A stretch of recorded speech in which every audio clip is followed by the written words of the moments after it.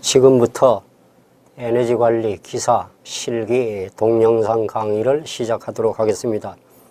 잘 아시다시피 책자가 너무 두꺼워서 이걸 일일이 다 강의하려면 수백 강을 해야 되니까 여러분 가지고 계시는 책자 제1편에 제9장 온실가스 감축 또 에너지 전열 현재 2017년도 책으로는 페이지가 277페이지입니다. 물론 나중에 책이 또 개정이 되면은 페이지는 조정이 있을 것 같습니다만 현재 이 9장이란 건 크게 변동이 없을 것 같습니다.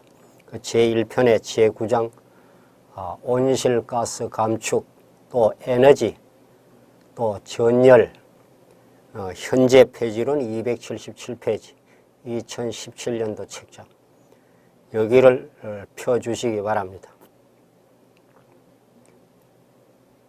자, 그러면 책자를 다 펼쳤지요? 문제 1번을 한번 보도록 하겠습니다. 강철의 제강로 중에서 전로의 종류를 4가지만 쓰라. 강철, 강하다는 뜻입니다. 철에는 주철, 강철. 강철은 글자 그대로 인성이 강해서 질기고 고압에 잘 견디고 고온에 잘 견딘다. 그런 철을 강철이라 해서 보통 보일러나 압력용기나 탱크 제작에는 이런 강철로 많이 제작을 합니다. 고온 고압에 잘 견디기 때문에. 근데 제강로라 그랬습니다. 강철을 만드는 로가 이 화로로 짭니다. 그래서 금속을 녹여서 강철을 만드는데 그 중에 하나가 평로, 전기로, 반사로, 도가니로 뭐 여러 가지가 있는데 지금 이 1번 문제는 전로에 대해서 물었습니다. 전로. 전로라는 것은 뭐냐? 이 로가 움직인다는 뜻입니다. 이렇게. 그 옮길 전자입니다. 전달한다는 뜻이 아니고 그렇게 해서 만드는 걸 우리가 전로라고 한다. 이미 답은 다 나와 있으니까 대개 우리가 공부하시는 분들이 말 뜻을 용어를 잘 이해 못해서 그렇습니다. 그러니까 강철을 만드는 로 중에서 전로, 로가 움직이면서 강철을 만드는 로를 4가지만 쓰라 또는 3가지만 쓰라. 그럼 4가지를 쓰라 그러는데 3가지밖에 기술을 못했다. 뭐 부분 점수가 있겠죠. 예를 들어서. 그 다음 2번 문제를 보시기 바랍니다. 수간식 보일러에서 강제순환식 보일러. 순환이란 건 우리 몸에도 혈액순환이 있습니다만 즉 물이 이렇게 순환을 해서 증기가 된다. 뭐 그런 뜻으로 이해를 하시면 되겠습니다. 근데 이 물이란 건 온도가 올라가면 물이 밀도가 가벼워집니다. 밀도.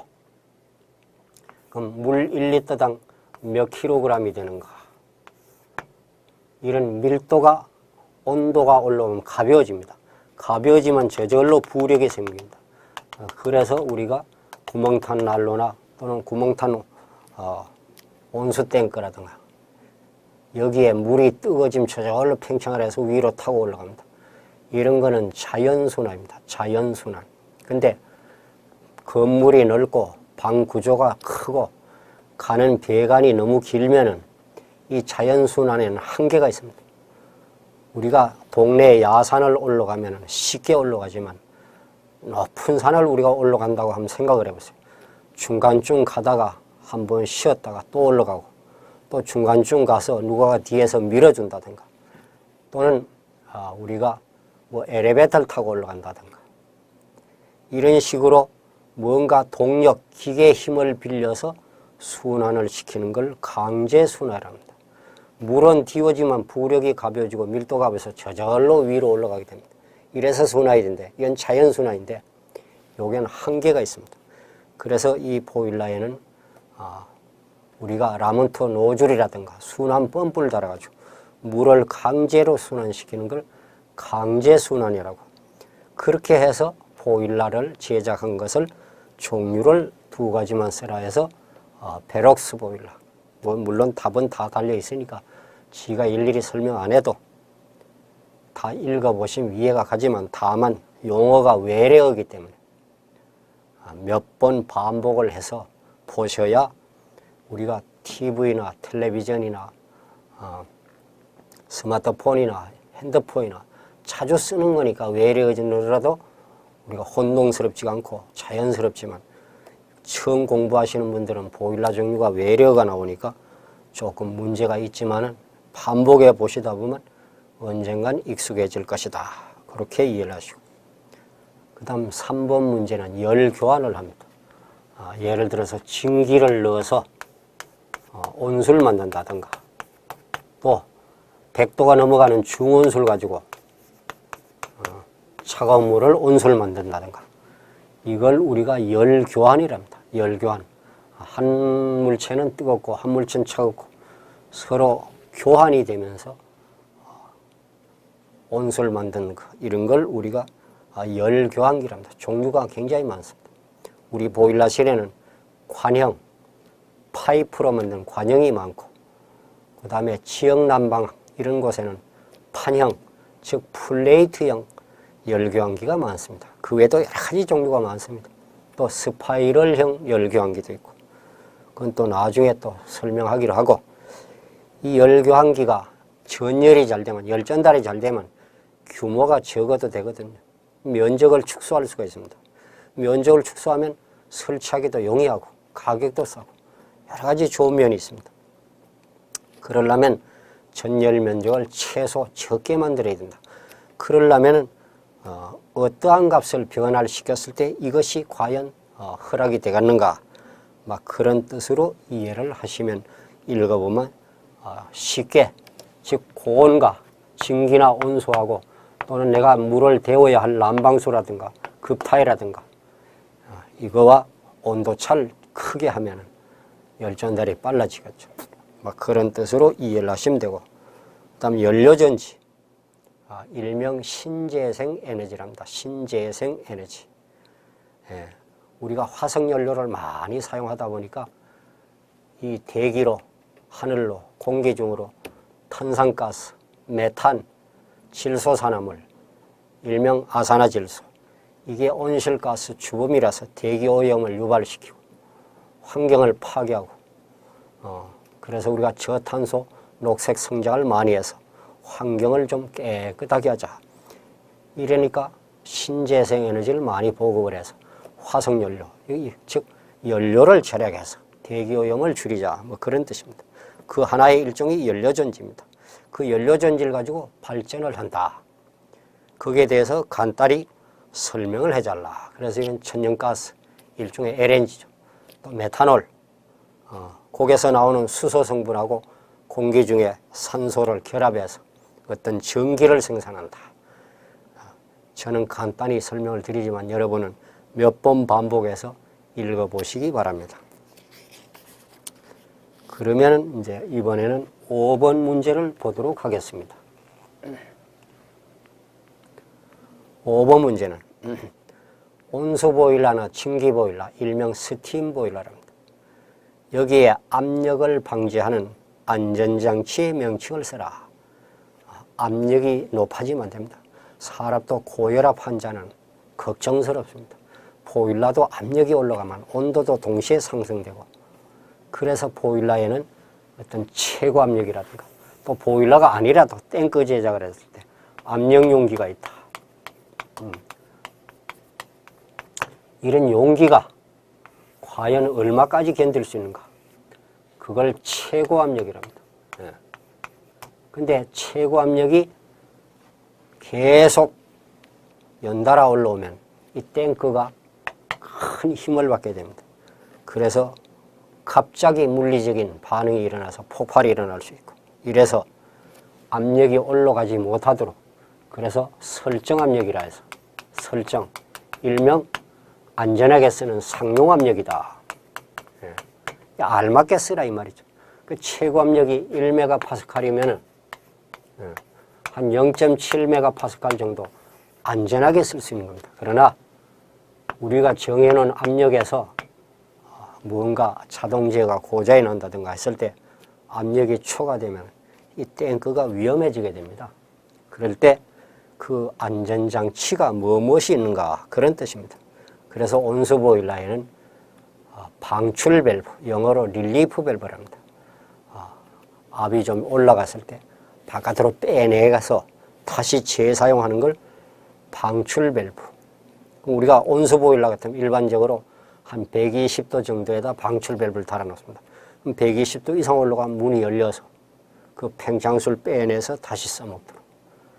또 스팀 보일러에는 안전 밸브라 해서 일종의 스프링식, 추식, 지렛대식 뭐 이런 안전 밸브가 있는데 현장에서는 거의 보면은 스프링식 안전 밸브가 많이 달려 있습니다. 이 스프링식에는 저양정식, 즉 스프링이 문이 열리는 높이를 양정, 영어로 리프트랍니다. 많이 열리면 뭐 좀 고양정, 조금 열리면 저양정, 좀 더 많이 열리면 전양정식, 아주 많이 열리면 전양식 또는 온양식 뭐 이렇게도 얘기를 합니다. 그래서 그 문이 얼마 열리냐에 따라서 진기가 빨리 빠져나올 수가 있습니다. 이렇게 해서 압력을 정상화시킨 그런 안전장치를 좀 쓰라. 요즘은 안전세상이라서 산업안전, 보건안전 뭐 여러 가지 우리가 안전이란 말을 엄청나게 많이 씁니다. 그 다음 6번 문제. 보일러에 쓰는 물, 용도에 맞게 쓴다 해서 용수라고 합니다. 또는 보일러 통으로 물을 준다 해서 배급한다 해서 급수라기도 합니다. 뭐 그 말이나 일반적으로 용수는 담겨 있는 걸 얘기합니다. 이 수질이 불량하면 문제가 심각해집니다. 근데 8번 문제는 이 칼슘이라는 성분하고 마그네슘이라는 성분이 우리 물 속엔 많이 들어있습니다. 물론 이거 말고도 철분도 있고 여러 가지가 있습니다. 근데 눈으로는 안 보일 정도로 매우 작은 알갱이로 되어 있습니다. 그래서 일명 콜로로이드 입자로 되어 있다. 뭐 이렇게도 얘기를 합니다. 눈으로는 확인이 안 되니까. 근데 이것이 끓으면은 온도가 올라가서 물이 끓으면 농도가 짙어서 불순물이 한 곳으로 모입니다. 예. 그래서 이게 물이 두 가지 성분이 칼슘, 마그네슘 많이 들어있어서 비누칠을 해도 때가 잘 안 지고 빨래가 잘 안 되는 나쁜 물을 우리가 일명 경수라고 합니다. 이 경은 단단할 경자입니다. 별로 안 좋은 말을 쓸 때 굳어있는 물이다. 이놈을 이제 연하게 만들어야 보일러 수로 연하게, 연수라고 합니다. 그래서 연하게 만들려고 수질한 거, 양이온 교환 수질한 걸 이용합니다. 예, 일명 경수, 연화, 경수를 연수로 만든다. 그게 사용하는 게 수질이라는 게 있습니다. 그 수질을 오랫동안 쓰면 이 불순물 제거를 또 잘 못하기 때문에 그래서 수질을 재생시킵니다. 다시 재사용하려고. 그 재생을 하는 목적이 다시 쓰려고 수질을. 그래서 재생제로 무엇을 쓰는가. 그래서 현장에 가보면 급수처리제, 경수연화장치 옆에 소금통, 염수통이 달려있다. 그걸로 수질을 재생시키고 있다. 그 다음에는 7번 문제를 보시기 바랍니다. 주철제 보일러가 합니다. 주철. 젊은 친구들은 잘 모르겠지만 어른들이 무쇠라 그럽니다. 무쇠. 예. 이 주철은 물의 온도가 120도 이상 올라가거나 증기 압력이 1kg 이상 오버되거나 이러면 매우 위험해집니다. 고온고압에서 충격이 가해져서 깨지기 때문에 그럼 보일러 같은 게 파열이 되거나 금이 가거나 하면 안 되거든요. 그래서 요거는 저압 보일러, 즉 난방만 하고 뭐 생산 제품을 하더라도 스팀의 압력이 그렇게 안 높은데 이런데 많이 쓰는 보일러를 주철제 보일러인데 이 주철제 보일러에는 온수를 만드는 보일러 있고 증기 스팀을 만드는 보일러인데 여기서는 온수 보일러에 대해서 이 물이 뜨거워지면 몇 메다까지 올라가는가 그걸 수두, 머리두자 그게 수두압이랍니다. 수두압. 예. 그 수두압을 측정하는 계측기기를 물이 얼마까지 올라간다. 그래서 물 숫자, 높을 꽃자 계측한다 해서 수고계라 이렇게 되어 있습니다. 스팀 보일러 같으면 압력계라 그러겠죠. 스팀이 압을 측정하니까. 그 다음 8번 문제. 보일러 운전 중에 연소용 공기량과 연료량을 제어하는 기구. 연료에 비례해서 그 공기가 알맞게 들어가야 됩니다. 공기가 적으면 일산화탄소, CO 같은 불완전 연소가 돼서 열손실 및 가스 폭발이 나고, 또 연료에 비해서 공기가 많이 들어가면 꿀독으로 나가는 배기가스가 많아져서 이 배기가스가 온도 100도, 200도, 300도로 나가면 글자 그대로 열손실입니다. 효율이 뚝뚝 떨어집니다. 그래서 연료와 공기가 항상 알맞게 그걸 공기비를 조정한다 그럽니다. 공기비를 조정한다. 그러려면 우리가 말로 해서 뭐 손으로 표시를 해서 될 문제가 아닙니다. 어떤 기기가 있어야 됩니다. 그 기기를 3가지만 쓰라 그랬습니다. 자, 우리가 어디 여행지를 간다, 이동을 할 때 그 방법을 쓰라면 자전거로 가는 방법, 자가용으로 가는 방법, KTX로 가는 방법, 남의 차를 잠시 빌려가는 방법, 오토바이로 가는 방법, 여러 가지 방법이 있듯이 이건 역시 그런 뜻으로 이해를 하시면 되겠습니다. 요게 대한 사진이 좀 없어서 아쉽지만 이 책자에 CD가 들어있습니다. 그걸 공부하실 때 캠이 어떻게 생겼고 링크가 어떻게 생겼고 컨트롤 모드가 어떻게 생겼다. 나중에 또 별도로 나올 경우도 있지만은 CD에 한번 보시기 바랍니다. 9번에 보일러 운전 중에 안전밸브의 작동 분출 압력은 몇 % 이상에서 점검해야 되는가? 무슨 말이냐? 예. 자, 이 보일러를 운전하는데 이 보일러 압력이 10kg짜리 보일러입니다. 압력이. 그러면 10kg가 초과됐을 때 이 스프레시 안전밸브가 문이 딱 열려서 압력이 초과된 문이 열려서 스팀을 외부로 방출을 해서 압을 정상화시켜야 되는 게 이 안전밸브의 설치 목적입니다. 근데 막상 과연 그게 잘 되는가 안 되는가?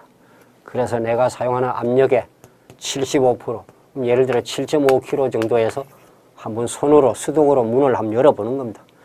잘 되는지 안 되는지. 스프레이의 장력 같은 걸로 저절로 문이 열리게 돼 있는데 기계라는 것이 물론 현장에서 일을 할 때 이걸 열어보는 사람도 별로 없습니다. 그러나 우리가 학문을 배울 때는 이론상으로 배워야 되기 때문에 그래서 75% 이상이 스팀이 올라왔을 때 한번 수동으로 문을 열어봐서 뭐 자동으로 할 수도 있으면 더 좋고 이래가지고 과연 문이 열리는지 안 열리는지 제대로 작동을 해줘야 고압에서 안전하게 우리가 사용이 가능하기 때문에 그렇습니다. 그래서 참고해 보시면은 스프레시 안전밸브는 종류가 아까도 말씀드렸듯이 저양정식, 고양정식, 양저이란 건 영어로 리프트입니다. 요 문이 열리는 높이입니다. 평소엔 막혀 있다가 압이 솟을지만 탁 치면 문이 살짝 열려줘야 빠져나갈 수가 있습니다. 그 열리는 높이에 따라서 조금 적게 열리면 저양정식, 조금 많이 열리면 고양정식, 또 좀 더 많이 열리면 전양정식, 정말로 좀 많이 열리면 전양식, 뭐 그런 뜻으로 이해를 하시면 되겠습니다. 문제 10번을 보시기 바랍니다. 지금은 도시에서는 도시가스를 많이 씁니다. 일명 LNG를 쓰기도 하고 메탄을 쓰는데 아직 공단 같은데 지역에는 기름값이 싸서 오일 값이 가격이 싸서 또 옛날에 설치한 보일러가 기름 보일러였기 때문에 기름을 쓰는 곳이 많습니다.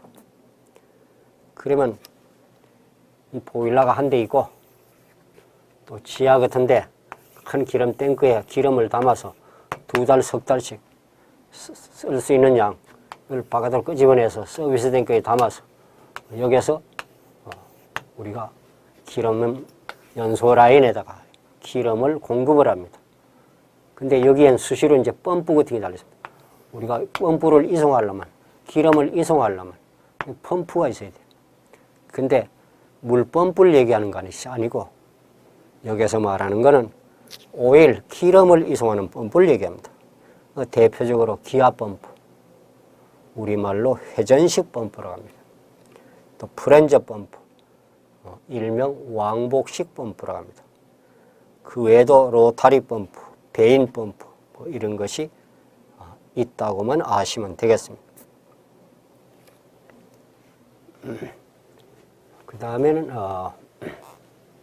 11번 문제가 나옵니다. 11번 문제는 우리가 하늘의 태양, 솔라, 요거는 이제 수소가스입니다. 하늘의 태양은 수소가스인데 수소가스가 연소가 되면서 헬륨으로 바뀝니다. 핵융합 반응이 일어나는 걸 우리가 매일 쳐다보고 있는 게 태양입니다. 그래서 이 태양열을 이용해서 온수를 제조하고 온수를 사용하는 그런 태양열이 있고, 그 태양열을 받아들여서 태양광으로 해가지고 전기를 생산하는 걸 태양광이라고 합니다. 태양광이라. 그러면 뭐 전기가 그냥 하늘에 있는 태양이 햇빛이 온다고 해서 태양광이 온다고 해서 바로 전기가 되는 게 아니고 그걸 받아들이는 게 있어야 돼요. 그걸 솔라셀이랍니다. 일명 태양전지랍니다. 태양전지. 근데 이 태양전지 하나는 0.6V밖에 안 된다, 힘이. 그래서 요 하나를 하나하나 크게 여러 개 많이 붙여놓은 거를 모듈이랍니다. 모듈. 요 하나 가지고는 전기가 해결이 안 된다. 여러 가지를 이제 붙여서 횡이나 가로나 세로나 만들어서 이렇게 큰 틀을 만든 걸 우리가 태양전지 모듈이랍니다. 또는 모듈셀이랍니다. 근데 요거 하나 가지고 해결되는 게 아니고 이걸 여러 개를 빈 공간에다 여러 개를 이런 걸 전체 한 틀을 만든 걸 우리가 어레이라고 합니다. 어레이. 솔라셀, 태양전지 셀, 여기 여러 개 모인 게 모듈. 이 모듈이 여러 개 모여서 발전을 이루는 걸 어레이라 한다. 그렇게 이해를 하시면 되겠습니다. 그러면 그 다음 문제가 뭐냐? 복사열입니다. 예를 들어서 이 태양의 표면은 6000도라 그럽니다. 6000도라. 그 안으로 들어갈수록 우리가 상상도 못할 온도가 오르는데 여기서 나오는 열이 태양이 없어지지 않는 한은 끊임없이 열이 나온다. 반복해서 나옵니다. 그래서 복자를 붙이는 겁니다. 거듭 복자니까. 그 다음에 사자는 솔사자입니다. 사냥충같이 전자파 형태로 열을 계속 끊임없이 난로를 하나 놨다 하면 이 난로에서 가스나 기름이나 석탄이 떨어지지 않는 한, 소모되지 않는 한 끊임없이 전자파 형태로 나옵니다. 거듭거듭 나온다. 그래서 복사열입니다. 이 복사열은 검정색일수록 잘 받습니다. 이렇게 흰색은 복사열을 차단합니다. 그래서 여름에 옷은 거의가 흰색이고 겨울에는 검정색 아니면 곤색입니다. 그래야 복사열을 받아들여서 몸의 추위, 한기를 조금이라도 감소시키기 위해서. 그래서 스테반 볼츠만이라는 사람이 복사열은 절대온도의 4승에 비례한다. 뭐 학교에서 대충 배웁니다. 그래서 스테판 볼츠만의 상수는 이미 주어졌고 꼭 온도는 절대온도로 계산합니다. 절대온도. 켈빈의 절대온도로 계산해. 섭씨온도 플러스 273, 섭씨온도 플러스 273. 그래서 켈빈의 절대온도로 계산한다. 그 방사율은 0.41이다. 이게 뭔 말이냐? 복사열을 받아들인 능력을 얘기합니다. 일명 복사능이랍니다. 복사능. 그래서 검정색일수록 1에 가깝고 흰색일수록 여름에 가깝습니다. 그래서 한겨울에 하얀 옷을 입고 다니기나 이 한여름에 이 더운데 깜장옷을 입고 다니면 철 모르는 사람이라. 이 여름철인지 겨울철인지 구별을 못하고 그냥 어린애가 천방지축, 나이가 어리니까 철이 없어서. 그래서 그런 말로 우리가 비유를 잘 합니다만 겨울철이냐 여름철이냐 따라서 흰옷을 입냐 검정옷을 입냐. 그래서 여기서 복사열이란 건 대개 겨울에 남바이라든가 막 그런데 많이 쓰는 내용이다. 어차피 답과 해설은 달려 있으니까 한번 보시기 바라고, 다만 문제에서 킬로칼로리로 주어졌는지 킬로줄로 주어졌는지 전기의 와트로 문제를 물었는지 뒤쪽에서도 아마 문제가 나올 겁니다. 그렇게 이해를 하시기 바랍니다. 그 다음 최저 소비 효율 달성률이 105%다. 이 100%가 만족입니다. 우리가 100분율에서 100%가 만족인데 105%까지 올라갔다는 얘기는 기준치보다 5%가 상승됐다는 얘기입니다. 그만큼 소비 효율이 좋아졌다는 뜻이겠죠. 그렇게 이해를 하시면 되겠습니다. 그 다음 문제는 전기 저항식 측온 온도를 측정한다. 그걸 측온 감지 센서라고 합니다.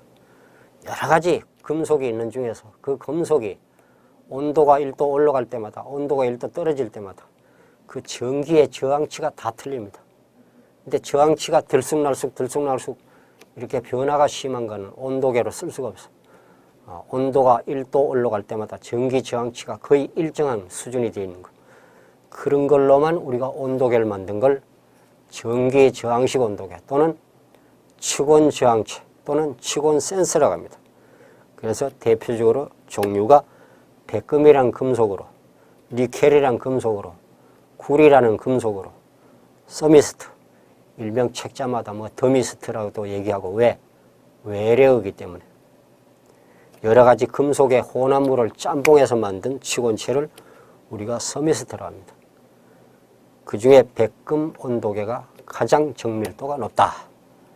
그런 뜻으로 이해를 하시고, 그래서 전기 저항의 원리를 이용한 온도 측정, 가몬 센서, 요걸 우리가 보일러실에도 가끔 쓰고 온수 물탱크에서도 많이 쓰고 있습니다. 종류를 4가지만 쓰라, 이렇게 되어 있습니다.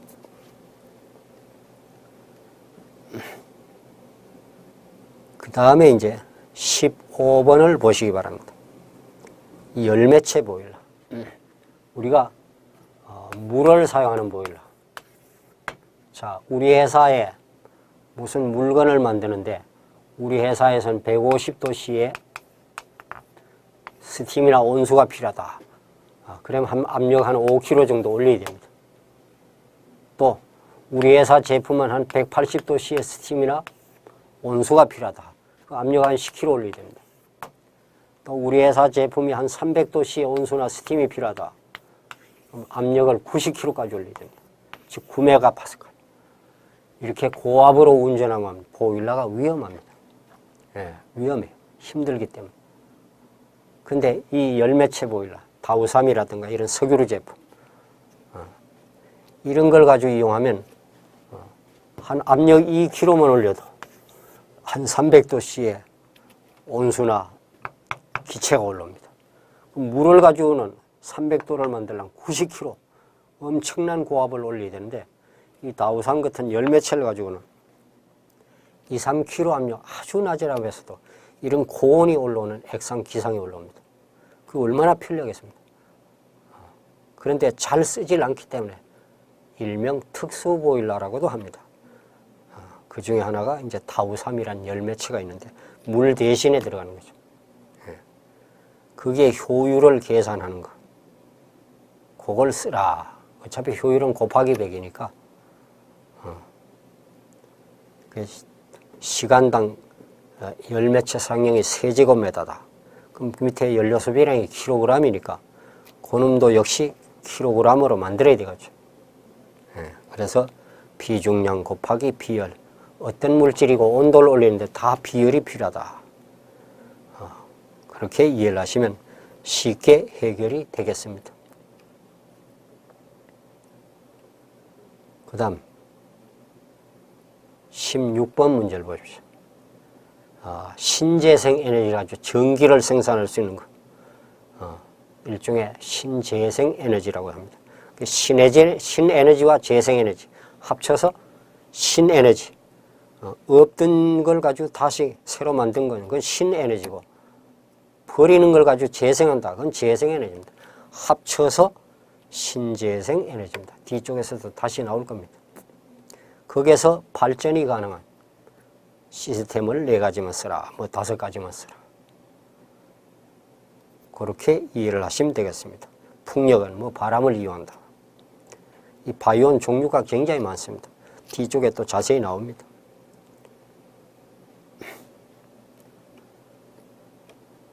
그 다음 17번 자동제어. 우리가 제어라, 제어. 참 설명하기 매우 어려운 문제입니다. 제어란 말이 제재한다, 함부로 날뛰지 못하게 한다, 뭐 그런 뜻으로 이해를 하시면 돼요. 예를 들어서 옛날에 임금이 있을 때는, 임금이 근무하는 데는 어전이랍니다. 어전 앞에서는 신하가 말 잘 들어야 됩니다. 예를 들어서 이 보일러라는 것이 또는 무슨 기기가 요즘은 다 자동 시스템으로 되어 있어요. 안전하게 유지하고 에너지 절약 차원에서 인건비를 줄이고 생산을 증가시키기 위해서. 이 제어에는 크게 나눠서 수동, 손으로 하는 것. 그 다음에 손으로 해결되지 않을 정도로 복잡한 게 있습니다. 그건 자동으로 해야 됩니다. 이 자동 제어를 하는데, 제어라는 게 무슨 사람 손이 있는 것도 아니고 발이 있는 것도 아니고 목소리를 내는 것도 아니고, 그래서 일반적으로 전기나 공기나 기름의 압력 같은 걸로 우리가 제어를 합니다. 그 제어를 하는 데는 연속 동작이 있고 불연속 동작이 있습니다. 그럼 예를 들어서 외부에서 일을 하다가 밤에 집에 갔을 때 첫 문을 열면 방 안이 껌껌하니까 스위치 딱 올린 겁니다. 그럼 한두 시간 또 놀다가 잘 때 불을 딱 꺼버립니다. 그럼 들어갈 때 불 켜고 잘 때 불 끄고, 2가지 동작으로 다 해결된 겁니다. 이런 걸 온오프 동작이랍니다. 또는 이위치 동작이라. 그래서 불연속 동작에서 대표적이 지금 이 17번에서 묻는 거와 마찬가지로 온오프 2가지 작동으로서 해결이 되는 그런 동작의 특징을 3가지만 쓰시오. 물론 6개를 써놨습니다만은 어떤 걸 선택할 것인가는 이제 여러분들이 공부를 하시다가 나는 요 정도면 되겠다. 어차피 답은 달려 있으니까. 뭐 조작빈도, 빈도라는 게 뭡니까? 껐다 켰다 꼈다 켰다 뭐 이렇게 하는 거, 선풍기 거치 1단계, 2단계, 3단계, 4단계 이 빈도가 많은 거, 뭐 그 말 이해만 하시면 다 해결되는 문제입니다. 그게 내용에 대해서 일일이 설명하려면 시간만 낭비되고 하니까 그 묻는 질문의 요지만 잘 아시면 이해가 가리라고 봅니다. 16번 기름을 사용하는 오일 버너에서 오일이 잘 분사가 되지 않는다. 보일러에 기름이 잘 분사가 돼야 공기를 알맞게 넣어서 연소 상태가 지속이 잘 되어서 보일러 운전도 열심히 하고, 뭐 보일러뿐 아니라 가정집에 있는 기름난로나 가스난로도 마찬가지입니다. 또 가스레인지도 마찬가지고. 근데 이거는 기름에 대해서 물었습니다. 근데 오일이 잘 안 나간다, 화실로. 보일러에서는 로통이랍니다. 화로로자, 대롱통자, 연소통입니다. 그러면 불이 꺼질 염도도 있고, 또 일산화탄소 가스가 발생해서 가스 폭발이 일어날 수도 있고, 그 안 좋은 동작이 일어난다. 그 원인이 뭐냐 이 말입니다. 예. 그래서 그 내용에 보면 답은 1, 2, 3, 4로 나있는데 용어가 스러치, 일종의 불순물이겠죠. 불순물, 기름 속에 물이 많이 들어있다든가, 철분, 파이프에 철분이 떨어졌다든가, 진흙이 있다든가, 뭐 그런 걸 일종의 스러지라고 합니다. 용어만 잘 알면은 기름 탱크라. 왜 분사가 안 되는지를 이해를 하겠습니다. 자, 조금만 더 하고 23번까지만 하고 잠깐 휴식하도록 하겠습니다. 공부라는 것이 뭐 많이 본다고 되는 게 아니고 잠깐 쉬었다가 또 보고 반복하고 계속 보고. 그 다음 에너지 원단위 19번 문제. 에너지 원단위. 그러면 우리가 물건을 만드는데 대한민국이라는 나라는 96.5%의 에너지를 수입에다 쓰는 나라입니다. 우리나라에는 산에서 나오는 땔감, 가을에 추수하면 추수집다이라든가 폐목이라든가 파목이라든가 이런 것 중 외에는 거의가 우리가 수입을 해다 쓰는 나라가 되다 보니까 이 1년에 우리가 에너지 가격을 엄청나게 갖다가 바치는 겁니다. 그래서 물건을 만드는데 에너지가 얼마나 사용이 됐는가, 그 에너지 단위가 크면은 이 열 손실이 많았다는 얘기입니다. 적은 연료를 가지고 많은 물건을 생산했다. 그건 아주 좋은 겁니다. 예. 그래서 제품의 단위당 구두만 구두 한 컬레, 신발이면 신발 한 컬레, 뭘 만드는 걸 제품의 단위당이란다. 단위당. 그 제품 한 컬레 또는 1kg, 1톤, 요 단위당 에너지가 얼마 정도 소비된가, 그걸 목표량. 그것을 벗어나면 완전히 낭비죠. 근데 이 연료를 TOE로 계산한다. TOE. 그러면 제품을 만드는데 가스로 만드는지, 기름으로 만드는지, 전기로 만드는지, 석탄으로 만드는지, 그 열량으로 계산해 전부 오일, 기름으로 환산을 해서, 예를 들어서 기름으로, 오일로 환산을 해서, 또 답을 쓸 때는 톤으로, 뭐 집을 한 채 지었는데 그 집을 짓고 시멘트 몰타를 발라서 그걸 건조시키는데 석유를 0.5톤을 썼다. 0.5톤을 썼다. 1TOE가 1000kg이니까. 그래서 킬로그램도 아니고 그램도 아니고 일반적으로 톤으로 계산을 하되 단 연료가 가스를 썼든 석탄을 썼든 전기를 썼든 오일 값으로 환산을 해서 적어 올리라, 그런 뜻입니다.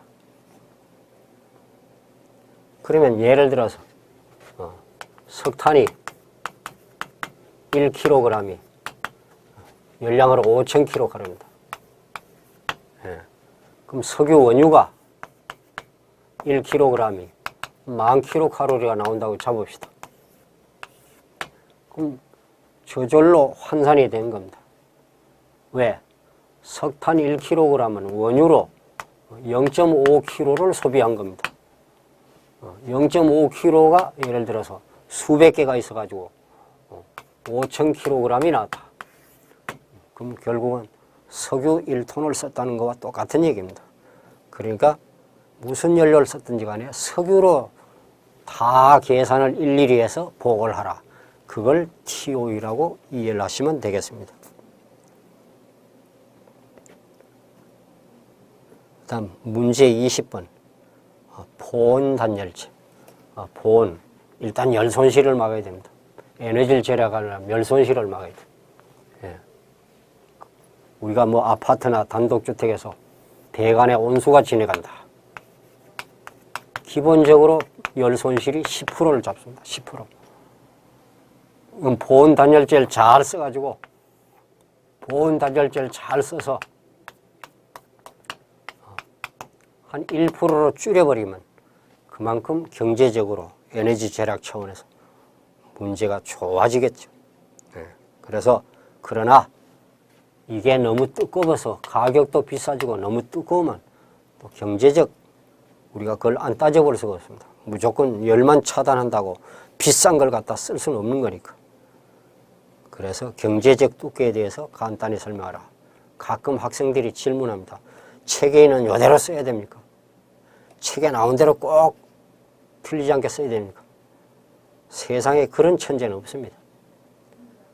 몇 번 읽어보고 내 나름대로 성의 표시를 하는데 다만 묻는 질문에 부합이 됐는가 안 됐는가. 예. 아저씨 서울 간데 어디로 가요? 이쪽으로 가시오. 이렇게 답하는 사람이 있고, 이리 가서 한 4km 가서 우측으로 6km 가면 됩니다. 좀 자세히 설명하는 사람이 있고, 요 버스 정류장에서 50분 버스를 타시면 방송에 나옵니다. 그 서울역하고 내리시면 됩니다. 그럼 과연 여러분이 어느 걸 선택하겠습니까? 이왕 채점자한테 그래도 알면서 썼구나, 성의 표시는 했구나, 이 사람이 이 내용에 대해서 알면서 썼구나, 이 전혀 모르는 상태에서 그냥 점수나 받아보려고 지멋대로 적었구나, 기술했구나, 채점자가 보면 알 거 아닙니까? 그래서 이 책대로는 꼭 안 써도 내 나름대로 공부를 했다는 성의 표시를 하고 써야, 그렇다면 갈로 안에 좀 보충 설명을 더 쓴다든가 그렇게 공부를 하시기 바랍니다. 그 다음 21번은 우리 보일러에서 나오는 거는 어차피 물이 있습니다. 물의 높이가 있습니다. 수위 또는 수면이랍니다. 물이 있는데 일반적으로 그 보일러 중심에서 65% 정도, 이 정도 이렇게 물이 들어있는 걸 아주 양호한 수위라고 봅니다. 그럼 여기에서는 그 수면계로부터 2분의 1 위치가 되겠습니다. 2분의 1. 수면계로부터 2분의 1. 여기는 진기부. 이건 진기부가 되고, 여기는 이제 물이 들어있습니다. 수부입니다. 근데 이 물에서 스팀이 올라오다 보니까, 물에서 스팀이 올라서 열 상초로 가다 보니까 이 물 속에는 올라오는 증기하고 물하고 섞여서 같이 올라갑니다. 그래서 증기는 수분이 없어야 가장 좋은 증기입니다. 증기 질이 좋다는 얘기는 물방울이 없다는 얘기입니다. 그런데 보시다시피 물에서 스팀이 올라오는데 자동차가 확 지나가면 당연히 문진하게 돼 있어요. 그럼 좀 덜 나게 하려면 어떻게 해야 됩니까? 물을 좀 뿌리면 됩니다. 그래서 보일러실에도 보일러 좀 용량이 커가지고 스팀이 많이 나온 데는 기수 분리기라는 걸 설치하고, 증기가 그렇게 많이 올라오지 않은 곳에는 비수 방지관, 일명 안티프라이밍 방지관입니다. 안티프라이밍 방지관. 소용량 보일러, 스팀 보일러에는 비수 방지관, 또 대용량 증기가 많이 올라온 보일러는 기수 분리기. 그렇게 이해를 합니다. 배풀이란 건 방향 전환을 합니다. 이 방향 전환을 하면서 물방울이 떨어지게 해서 좋은 증기, 건조 증기만 내보낸다. 그렇게 이해를 합니다. 배풀이란 건 방향 전환의 뜻입니다. 그 다음 문제 22번을 보시기 바랍니다. 보일러를 운전하다 보면 뭐가 잘못돼가지고 화실이 보일러가 과열됐기나, 그래서 이 외부압이 세면 화실이 이렇게 안쪽으로 이렇게 들어가 버립니다. 이걸 압계랍니다. 코라푸스. 이건 이 안에 물이 압이나 스팀이 압이 세서 강제로 눌려버리니까 화실이 이렇게. 이걸 압계, 코라푸스. 근데 거꾸로 이 화실이 압이 세면은 이렇게 되거든요. 또는 보일러가 또 이렇게 됐다든가, 예를 들어서 이러면 이걸 배부를 팽 날출, 바깥으로 튀어나왔다, 배부가 불났다, 팽출, 영어로 불지라고 합니다. 여기는 압계 현상. 왜 이렇게 생겼는가, 왜인 사고가 났는가, 그 원인을 세 가지만 쓰라, 그렇게 되어 있습니다. 다 읽어보면 이해가 가고, 수면계의 설치 위치, 수면계는 아까도 말씀드렸지만 물이 들어있을 쪽이 수면계의 2분의 1입니다. 이 보일러는 밀폐된 통이라서 안에 물이 어느 정도 들어있는지 안 보입니다. 그래서 스팀 보일러는 무조건 수면계가 달려있습니다. 이 검정색이 물의 높이를 측정합니다. 그래서 수면계로부터 2분의 1, 요걸 상용수위, 가장 알맞은 기준수위랍니다. 근데 이 하부로 물이 내려왔다. 안전저수위까지 물이 내려오면 위험합니다. 그래서 보일러에는 맥도날이라는 차단 장치를 달아놨어요. 저수위 사고를 막으려고 맥도날이라는 걸 달아놨다. 23번을 하고 잠깐 휴식하도록 하겠습니다. 수관식 보일러의 장점. 수관식은 상부의 증기드럼, 하부의 물드럼 이렇게 해서 보일러를 만들어서 대용량 보일러입니다. 그래서 수관을 이제 곡관으로 붙여놨어요. 많이 전열 면적을 많이 하려고. 그래서 물이 내려와서 올라가면 증기가 돼서 나가는 걸 수관식 보일러입니다.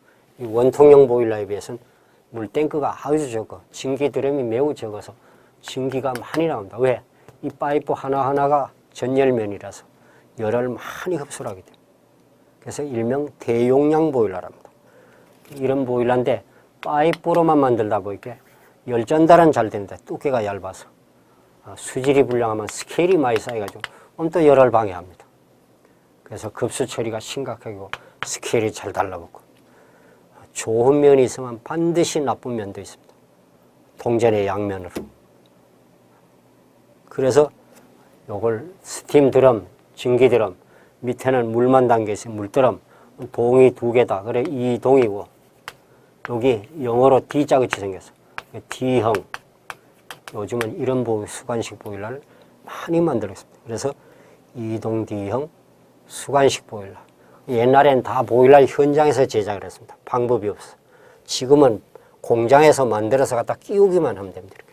조립도 편해. 이런 걸 패키지형 보일러랍니다. 패키지형 보일러. 그래서 2동 D형 수관식 패키지형 보일러.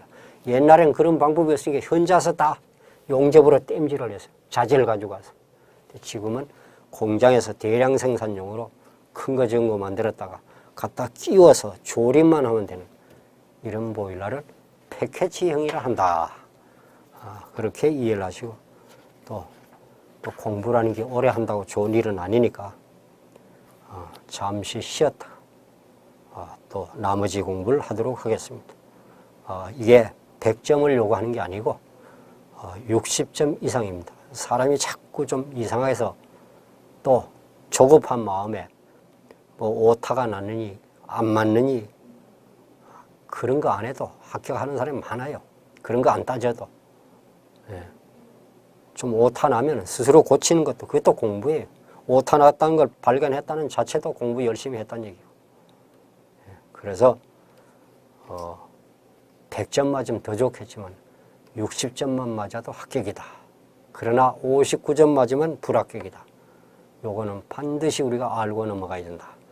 최선을 다해야 된다. 잠시 휴식했다 하도록 하겠습니다.